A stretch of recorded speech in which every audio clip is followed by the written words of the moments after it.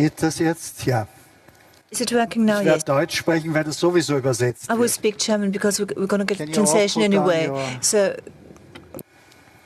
English, French, Italian, Spanish receivers. Das ist schön und ist ein gutes it is Zeichen, good dass and it's a der good sign Bundespräsident that the federal president den Ehrenschutz übernommen hat. Es has hätte anders taken kommen können in over Österreich. the honorary Es war eine chair sehr, for the sehr meeting. It might also have been different in Austria because just for the foreign guests here, Wahl zu diesem we had a Bundespräsidenten. very interesting Es gab election einen for the federal rechtsrechten president. There was a Kandidaten rightist candidate von der FPÖ. Die FPÖ ist from jetzt in der the Regierung Freedom Party, who is now in mit der government, ÖVP. together with the People's Party. Und diese Wahl ist And nach this sehr vielen election, Schwierigkeiten, after nach many langer ups Zeit and und nach downs and after Wiederholungen many von troubles and Wiederholungen repetitions of repetitions of zugunsten von repetitions, Alexander van der the Bellen, election was eindeutig won, zugunsten von clearly won by Alexander Alexander van der Bellen. Alexander van der Alexander van der Bellen war einmal der Vorsitzende, once was Bundesvorsitzende der the Grünen federal Partei president in of the Green Österreich. Party in Austria.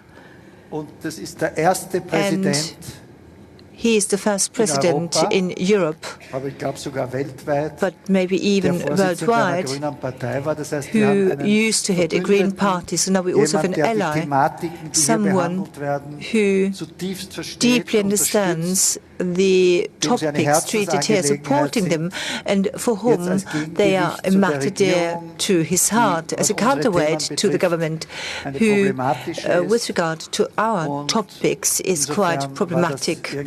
So in this aspect, therefore, it was also quite logical that he would do so, and maybe, just the way I know him, he might even pop in either tonight or tomorrow. If he has time, he often walks his dog, and maybe he will come around here. Ich freue mich, dass wir in einem so qualitätsvollen Rahmen that wieder einmal we eine meet Now-Konferenz again at the Now conference in such a high-quality setting. As you know, this is a hall where they build trains, railways. So this is a hall where machines become reality that actually connect peoples and cross borders. And therefore this symbol of the railway hall is quite right, because originally it was given to us by Christian Kern, who was the head of the Austrian Railways and then suddenly turned chancellor last year, but now he is the leader of the opposition. So again, someone who's always been very close to us and who also spoke at the opening of Now conferences. But I would just like to repeat it once again. There can't be any better symbol than railways as a setting and also a protective setting for what we plan to do.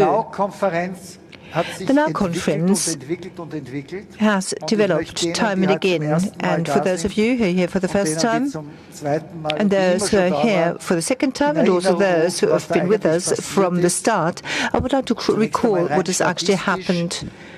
First, statistically speaking, to date, men and women from a total of 42 conferences have joined us for one or several of our conferences, and 51% have been women, which is quite reassuring, and which also has got to do with the fact that women are disproportionately affected by this topic.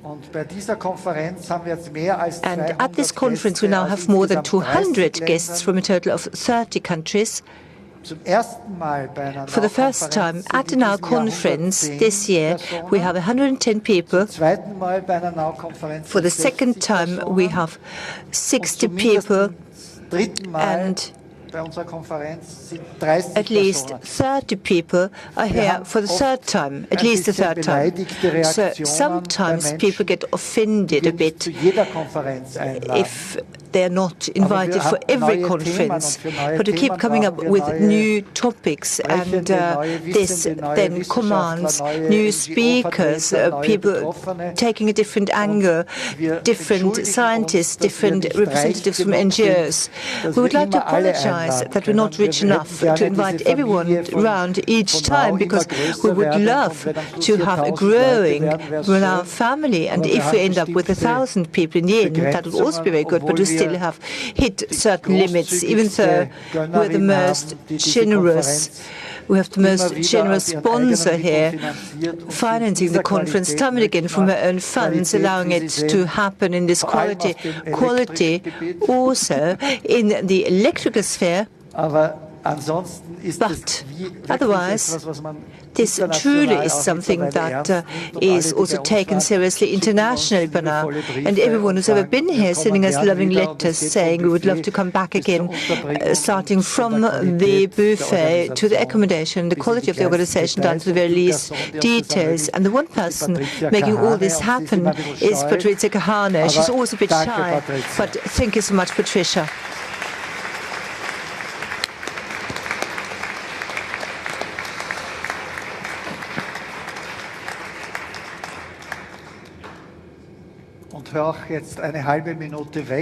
And maybe you can just not listen for the next 30 seconds, but the world is full of people who would have the possibility to do things, but they decide to go for other priorities, going for luxury and whatever is superfluous. But the Kahane family and Patricia in particular also very close, and knew her father, and he was someone who really did things, and that passed on to his children because they knew that they have a responsibility for society. And they're now ready, without showing off to be important, but just being important and taking on this responsibility and doing just incredible things in the most loving and careful manner. So I've known you for 40 years now. I've been admiring you for 40 years now, and I thank you for 40 years of quality.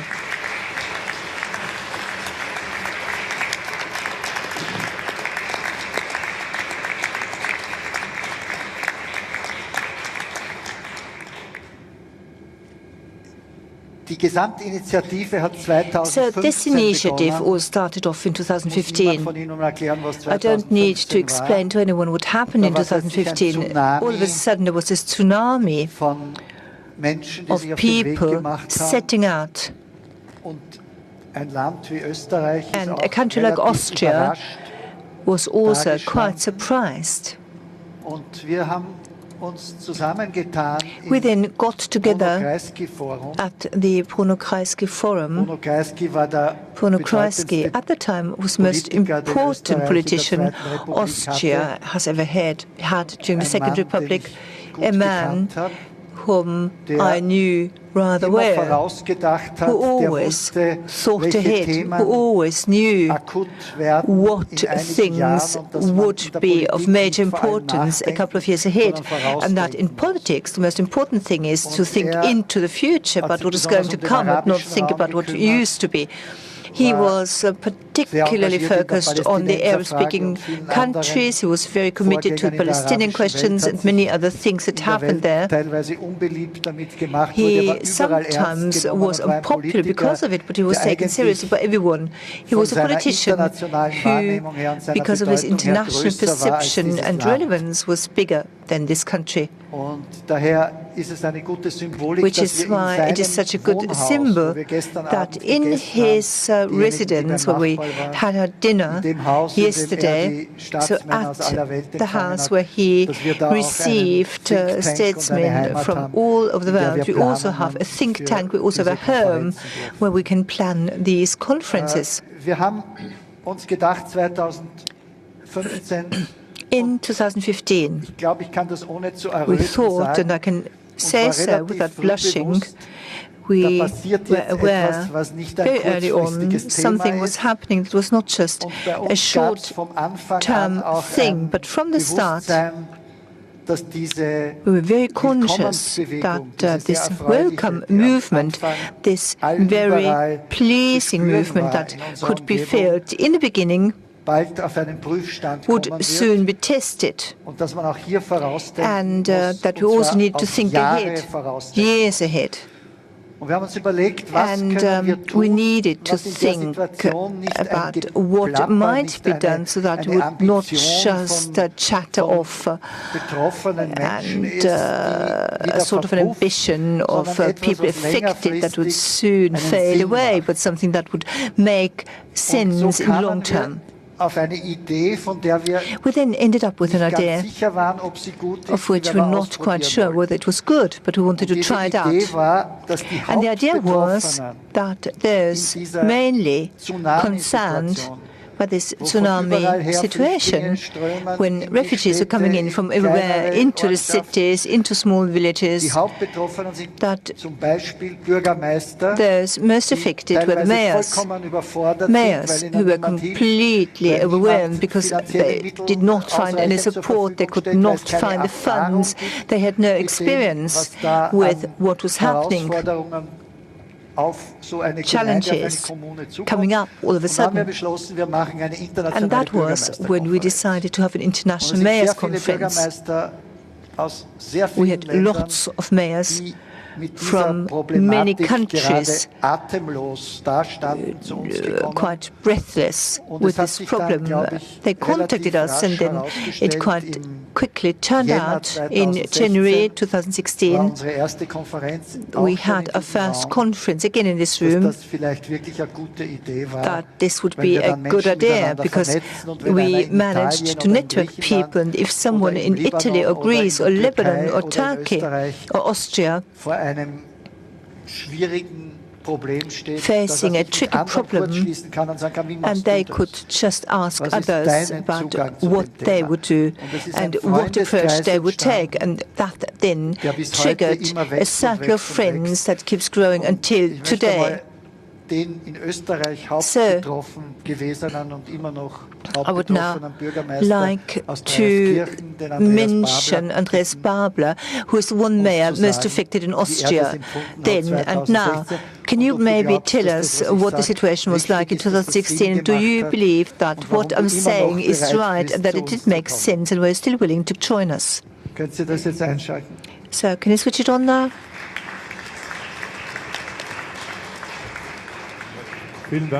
Thank you so much.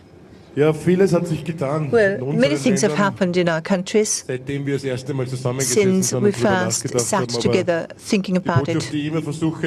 And the message I'm always trying to convey is it is really worth it for the benefit of humanism. In Western Europe, in the so-called developed countries, the big question mark behind that. If the public discourse today is telling us that flight is a social crisis, we must say something against that. We must say that the social crisis is not the people coming from for most elementary reasons because they don't have any economic perspectives, or much worse because they are really caught out by bombs and terror. But the social crisis, and this is our message, is the sort and type of how we deal with these people in big ignorance. This is a verdict, and as mayor, I would like to ask you to provide us with support for that. We need to publish this message. The crisis is how we deal with these people in these countries. That's a scandal. It's not the people coming here that are a scandal. It's the way we deal with them. We need to help. We must help. This is something that no one can take away from us. And the last sentence, why I'm so grateful for this initiative, is we're in Treskirchen in 2015, conditions were produced also by the people in the ministry and many others who wanted to convey pictures and also people setting out to join us so that they would learn that they would not be treated nicely when they arrive in Austria, that they need to sleep in dirt without any safe medical support, that they will be homeless or just taken to Slovakia. But we did not lose our courage. We stuck together, and I'm so proud that I managed to network with mayors having the same experience, because we would not have been able to solve this solution if we had not had so many aid organizations, people helping us, but we've benefited, and this is why we keep going to this conference, because it is a forum for an exchange. When I came here and I talked to the mayor from Saktari and his infrastructure problems and the quantity of people, number of people needing support and the infrastructure available, but the relevance of our tasks, this has made us stronger and has given us strength because we join forces. So thank you once again for allowing us to participate further. Thank you.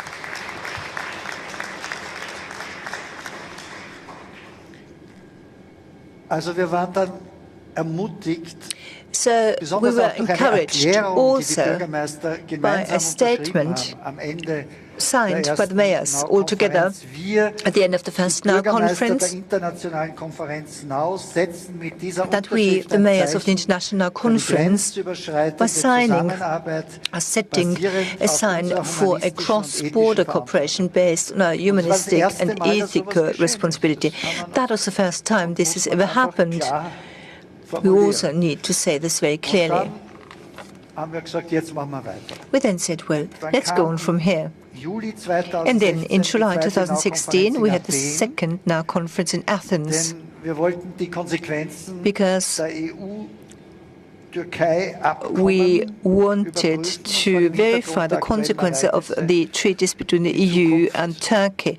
And against the backdrop of the current developments, we want to discuss the future of the refugee pact and alternatives. The Athens conference was very interesting, but unfortunately we had some very sad experiences, because some mayors from Turkey who had become our friends were prevented from coming because they had a ban or had already been arrested. Now, I would like to speak with someone about Athens, someone who, from the very first second, has been a passionate member. We must say that we have two eruptions of passion, of anger, in the panels, which I will never forget until I draw my final breath. Someone who has an office straight on the coastline in Sicily is our friend Luigi Amatura. Luigi, per favore.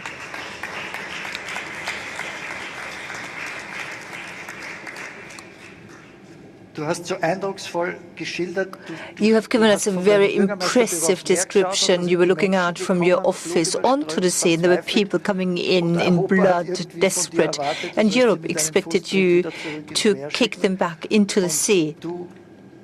But you had your attitude, and the people in your village also showed solidarity with your attitude, and you then tried to manage the impossible. Can you please tell us what this conference brought for you, making your work hopefully easier, and what were the advantages, the benefits of what you learned for your work as mayor?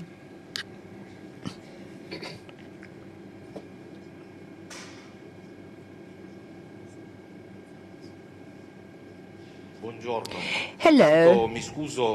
I would like to apologize for speaking only Italian. Thank you. Thank you for the invitation. I'm very proud to be here in Vienna for the 4th time, 3 times in Vienna and once in Athens. I enjoy coming because I believe that at this conference we do have lots of humanity. The people who try to help these people running away from war and poverty and hunger every day. I'm a mayor of a town in the south of Europe, and we've received thousands and thousands of people who need help because they run away from dramatic situations. We have lots of unaccompanied minors whom we receive as well, trying to give them a better life. Certainly, Europe, and including Italy, is going through a very bad period, a period going right. There is a flood which certainly will not benefit our populations because it is these are people speaking to the guts, not to the heads of people. So we're talking about reluctance towards the people arriving here and needing help. We must really try our best. They, of course, now raise their voices, and we try to do the best possible. We must be more determined, we must be more present, we must try harder so that you can change this phenomenon, try to change it. It was really a surprise. I remember that in 2013, when Mare Nostrum started, hundreds and hundreds of thousands of people started to arrive in Pozzallo. I was in serious trouble then, and I really was by the lack of cooperation in the state, the lack of love to help these people. So therefore I would like to appeal to all of you to stay united, to exchange experience, because this certainly will then improve the way we can handle this phenomenon. This is a phenomenon which certainly is not yet over, but on the other hand, on the other side of the Mediterranean, there's still thousands of people trying for help. We cannot say no, because we must receive them as well as possible, because they run away from poverty, from hunger and from war. Thank you.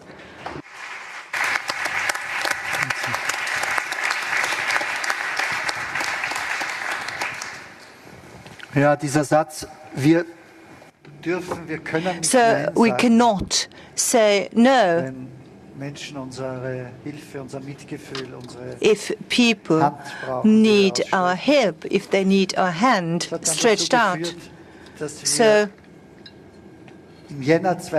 in January 2017, we then did a third Now conference, and what was really a burning issue was what was happening with the children. We then started receiving news. Europol did a mailing saying that tens of thousands of children had disappeared on the flight. What had happened to these tens of thousands of children? What is behind that? Have they been pushed into prostitution? Have they been sold off? Was their organ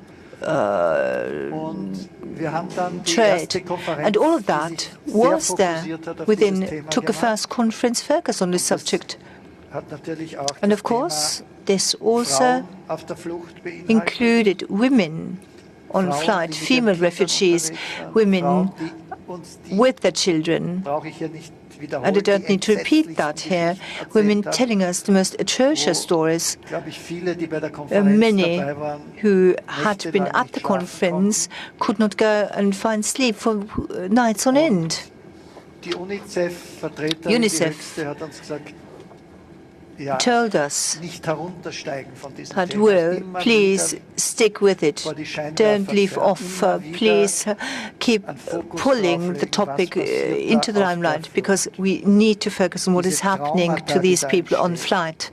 All these traumata that are caused, what are tasks in terms of education, protection against violence. These are topics that are boundless in their importance. Of course, at the two-day conference, you can only start with very small bits, but something happened that became a custom very soon. Act.Now does not end at the Now conference on last day, but that it keeps doing further seminars and research projects and other small panels where things are being discussed. I would like to welcome Georges Antoun from Lebanon, who is the head of Mercy Corps, a very essential organization. I would like to ask him to give us his memories and his continued ideas on the conference last year, again in this room. Georges, thank you.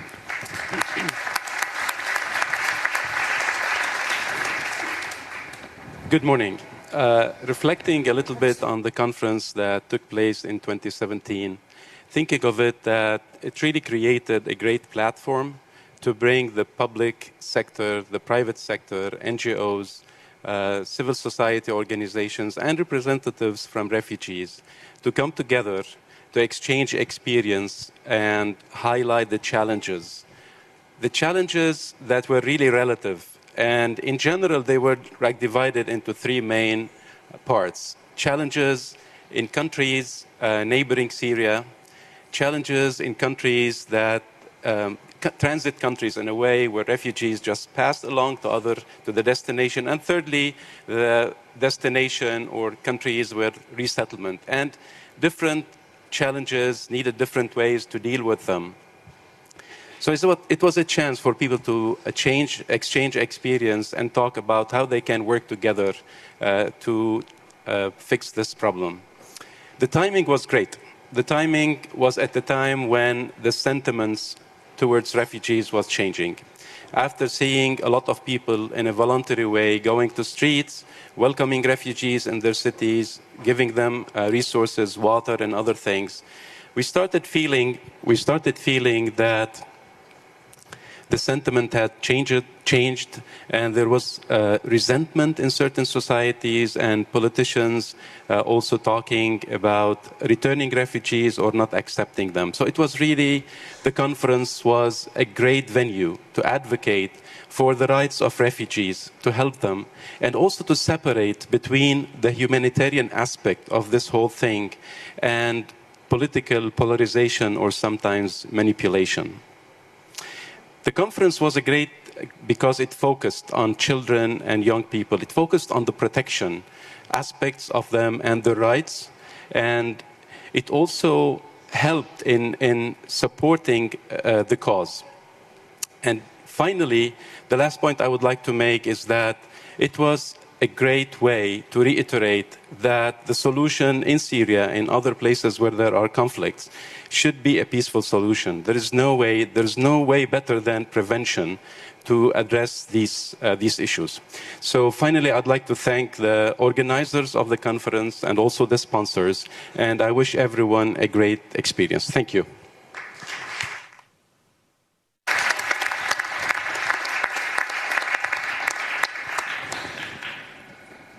Well, there's two more points I'd like to explain and mention. I really hope it makes sense for you, for us to recapitulate on what has happened so far under the name of Now, just to be aware how this knowledge grows and gains momentum In September 2017, we concentrated on something which was already overdue, and we already had a bad conscience because we were only concentrating on refugees coming from Syria and that corner of the world via Greece and Turkey.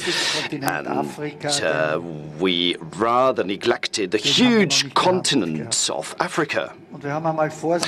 So carefully, but in a committed way, we started in September 2017 in Kampala, the topic of which was African youth and migration. So the situation of young refugees and migrants in Africa. And this is something which we will no longer give up as a topic. However, we have limited resources, but at least we've been able to start one initiative in this respect. This is why we went to Kampala, to Uganda, which is a country which handles this problem and this issue in the best possible way, as far as we know. So I would like to ask Stefanie Senkart to take the floor and tell us something about this. Please, if you could just join us here. And you were there and you were employed by an International Peace Institute and you were passionately committed in this work. What was Kampala like and what is it you would like to share with us about that? Thank you. Well, first of all, thank you very much for the invitation to organize this. It's a great event. I've been here already last year. And as far as Kampala is concerned, there are many questions. Why Uganda? Why Kampala? Well, last year it was not that much observed since in Central Europe, since 2015, was very much busy with itself, given the refugee crisis. What was rather left out of attention, out of the focus, was what was happening in the rest of the world. And in Kampala was seeing the biggest refugee crisis in Africa, and Uganda accepted these refugees in a very progressive way to an extent which was really impressive for us Europeans. They accepted people, people are registered, they get support, so they get a piece of land, they can plant their own seeds, they can start up a small farm. And this happens quite well and without any problems. And this is what prompted us to go to Uganda, because Uganda is an African country with a very young population. And this young population is facing many challenges. And we thought it would be a good idea to deal with these people. And we decided to invite 40 people, also from Europe, some MPs and some people from Africa, to discuss the situation of young people on the flight. And the purpose was to show, to focus and to pinpoint the problems in Africa, and that to show that migration as such is not necessarily something negative, but that it is also an opportunity to profit from it in order to bring their own country forward. Now, content-wise, one important topic were also the recommendations which were worked out, which were then presented to decision makers at the EU and African Union summit in Abidjan in September, in terms of what the African Union could do and what the EU could do, what both organizations can do to turn Africa into a continent of hope.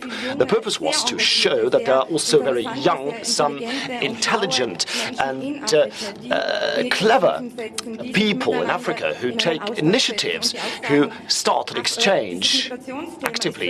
And this migration topic has become an obsession for us. We have always been migrating and we want to continue to profit from this. But it's also important to say that migration should remain an option, but it should not remain something that is enforced upon us. As perhaps we need more institution building and capacity building, however, which can be done on a EU level, whereas the African Union can rather influence this issue to strengthen the health healthcare system, to invest into education and training, particularly for girls and disabled people. And it is an important topic both for the EU and the African Union to tackle a different variety of problems, including also the problem of terrorism or also sustainable industry. It is about nutrition, security, productivity. And we were all surprised how critically these young Africans were also dealing with their own regions and governments and their countries. And it was really surprising. And it was not just a focus on Europe in terms of Europe has to do this and Europe has to do that. So the result was that we need the best possible way of collaboration between our countries. And it has been really a very impressive experience for us.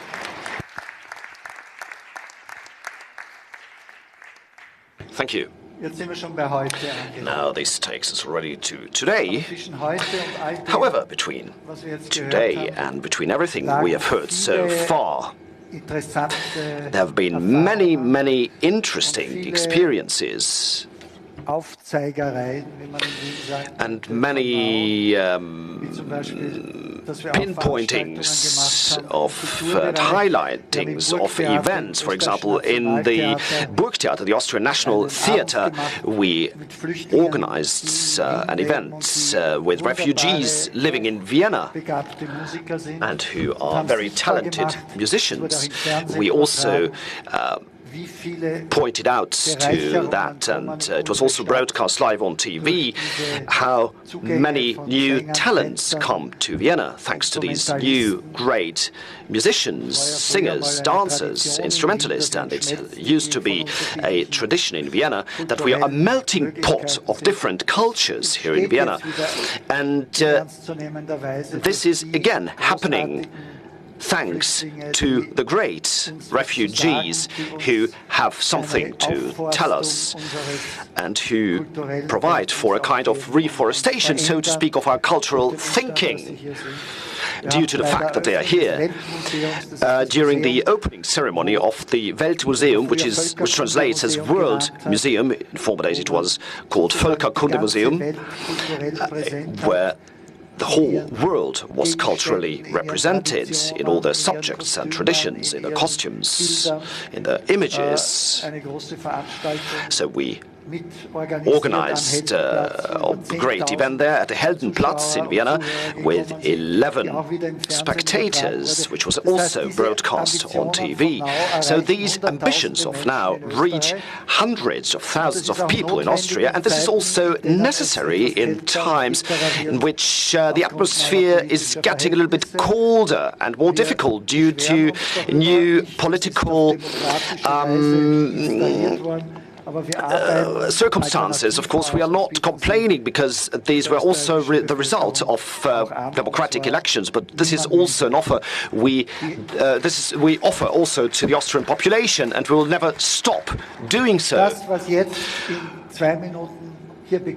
What will start now in 2 minutes here will deal with the challenges posed by the flight movements becoming visible in our cities and our societies, what it means with regards to integration and social cohesion. There's many participants who exert pressure on the people by saying, resist these movements and don't let this problem taking so much space and room here. Make sure to close the borders, make sure to stop this, make sure to stop everything that is foreign. And let's stop everything, and everything that separates us is so great, not only things we have in common. And if we find something in common with those people, from whom we are different, we have already done a big step forward. So integration, social cohesion, what does this mean for children? What does this mean on a communal level, on a municipal level? We want to set a focus for children and young people in discussions. And I have no idea what the results will be, but this is what's so interesting about it. This is also the reason why we are convening here for 2 days and discussing these topics, because we learn so much we have not known before about. So I really thank you for joining us here, and you are contributing with the most precious things you can contribute with. That is hours, precious hours of your precious time, of your precious lives. And it's always unbelievable that people commit their time and effort to helping, thereby contributing their commitment. And they can never be sure that they will not be disappointed. And they can never be sure that this will not end in a disaster. But we will, of course, do the best that it will be the opposite of a disaster. With this in mind, I would like to thank you all once again for your efforts, for your endeavor.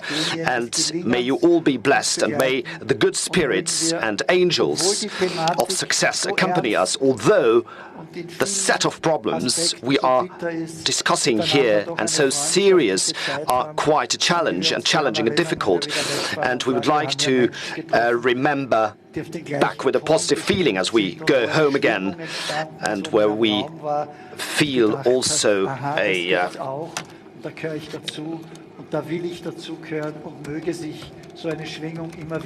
we want to feel this positive vibration of the event we have had here. Once again, thank you very much.